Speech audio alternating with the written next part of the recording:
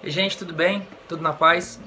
Eu tô começando esse canal agora. Eu espero que você seja abençoado com essa palavra que eu vou estar ministrando aqui hoje, com essa história que eu vou contar da minha vida também.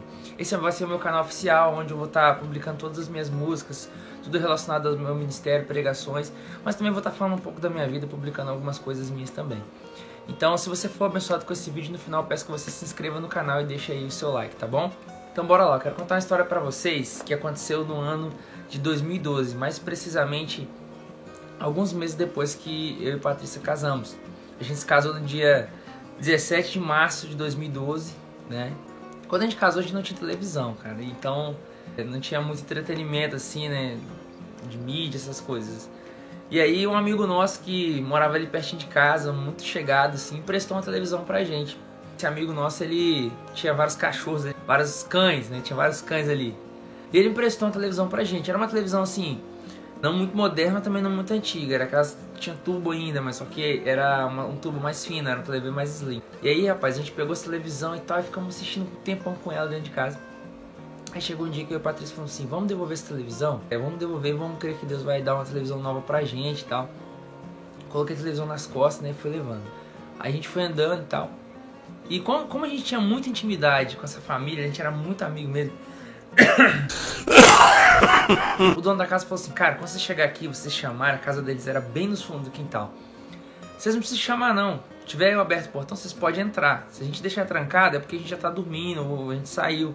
Então se tiver aberto, vocês podem entrar e chama mais aqui de dentro, do meio do quintal. Falando, beleza. E a gente já tava com tanta assim, intimidade, né, assim, aquela coisa. E eu fui entrando, aí eu peguei, a Patrícia abriu o portão, eu com a televisão nas costas entrei. Rapaz, quando eu tava chegando no meio do quintal... Ih, rapaz... Já falei, né, que tinha vários... Eu já falei que tinha vários cães, né? Rapaz, um Rottweiler. Sem brincadeira, cara. É um Rottweiler que ficava tipo, no fundo do quintal. Só que nesse dia o cachorro tava solto na frente do quintal. Rapaz, mano, esse cachorro deu um carreirão. Eu saí avoado.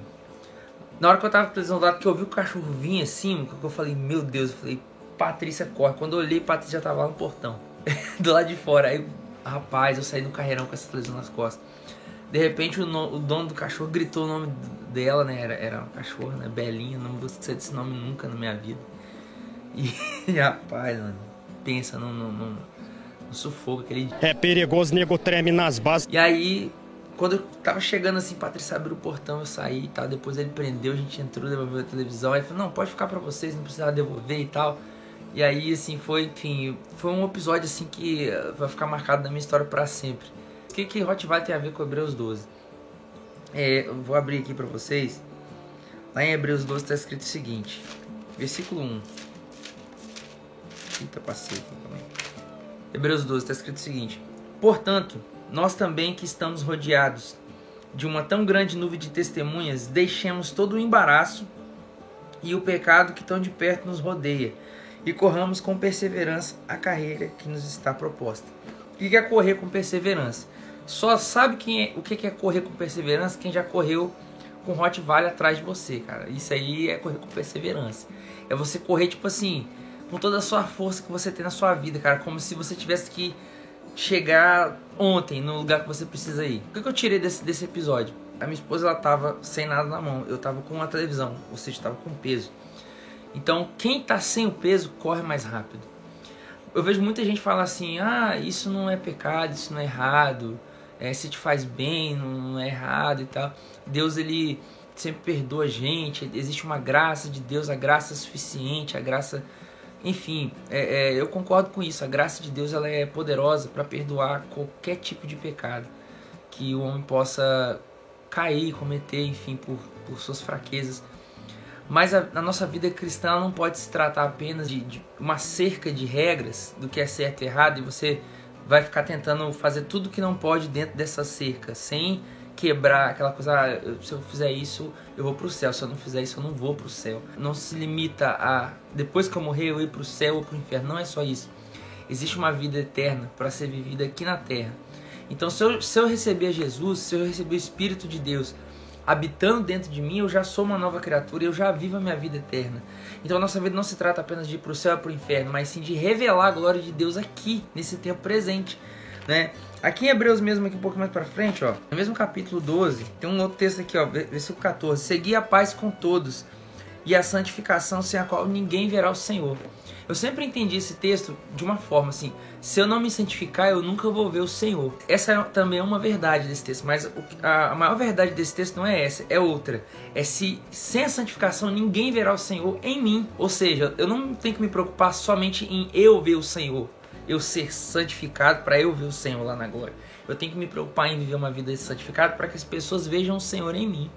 Então essas são duas verdades que estão contidas nesse texto. A gente se preocupa só com a primeira, né? Parece até que a gente é um pouco egoísta com a salvação. Não, eu não vou fazer isso porque isso eu vou pro inferno, não vou fazer aqui. Não, isso aqui pode, né? Isso aqui acho que não é pecado. E a gente fica sempre procurando justificativo para fazer aquilo que a gente quer. A gente busca até assim embasamento em texto da palavra para dizer: não, eu posso fazer isso porque não, a palavra tá falando isso, não sei o que. A gente não tem que se preocupar em fazer as coisas porque pode ou não pode. Mas isso vai revelar a glória de Deus, isso vai fazer com que eu corra minha carreira com perseverança. O texto de Hebreus 12 fala de duas coisas que a gente precisa deixar: o embaraço e o pecado. O embaraço, irmãos, é diferente do pecado. O pecado é aquilo que, de fato, assim, é declarado na palavra que a gente não deve fazer. Mas o embaraço são coisas que não são pecado, mas que, de alguma forma, elas nos enredam, elas vão nos enlaçar, nos embaraçar, para que a gente não corra a nossa carreira. Existem muitas coisas na Bíblia, por exemplo, usar certos tipos de roupa, usar certo tipo de linguajar, frequentar certos tipos de lugares, enfim. Tem algumas coisas que a Bíblia não vai dizer que é pecado. Mas se isso, de certa forma, me atrapalha de correr minha carreira, eu não preciso fazer isso só porque não é pecado. Eu não vou fazer porque vai ser um peso pra mim.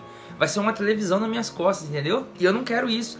Eu quero correr com perseverança, eu quero chegar primeiro, eu não quero ficar pra trás porque a gente tá correndo com a televisão nas costas e o cão tá vindo atrás da gente. Então, galera, é isso, é você abandonar.